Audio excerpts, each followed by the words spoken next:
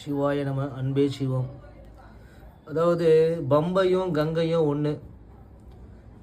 ஸ்ரீ ராமச்சந்திரமூர்த்தியால் உருவாக்கப்பட்ட நதி தான் பம்பா.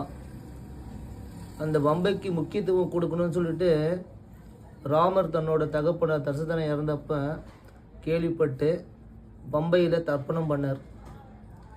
போகிற ஒவ்வொரு சுவாமிமார்களும் பம்பையில் இறங்கி தண்ணி எந்த பக்கம் ஓடுதோ அதுக்கு எதிர்ப்பதமாக நின்று இறந்த உங்களோட மூதாதையர்கள் எத்தனை தலைமுறை மூதாதையர் பேர் தெரியுமோ அத்தனை பேரோட பேரை சொல்லியும் ஒரு 3 முறை பம்பையில் முக்கி எந்திரிங்க.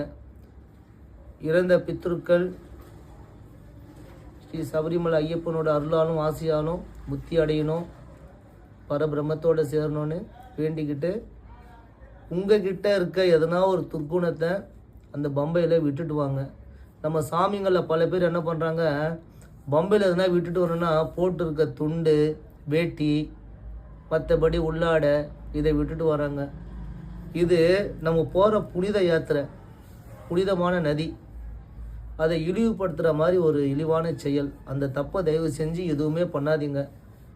ஒவ்வொரு வாட்டியும் பம்பையில் குளிக்கும் பொழுதும் எதனா உடனே விட்டுட்டு வரணும்னு சொன்னது உங்ககிட்ட இருக்க உதவாத குணங்கள், காமம் குரோதம் அந்த மாதிரி உதவாத குணங்கள், போட்டி பொறாமை, தான் என்று அகந்த ஆணவம், அடுத்தவங்களை பின்னாடி குறை பேசுறது, அந்த மாதிரி செயல்களை அங்கே விட்டுட்டு இன்னையோடு இந்த தப்பான செயல் நான் பண்ண மாட்டேன் ஐயப்பா, இந்த பம்பையோட பம்பையாக போயிடணும், நான் புனிதமாகணும்னு நினச்சிக்கிட்டு மலை ஏறுங்க.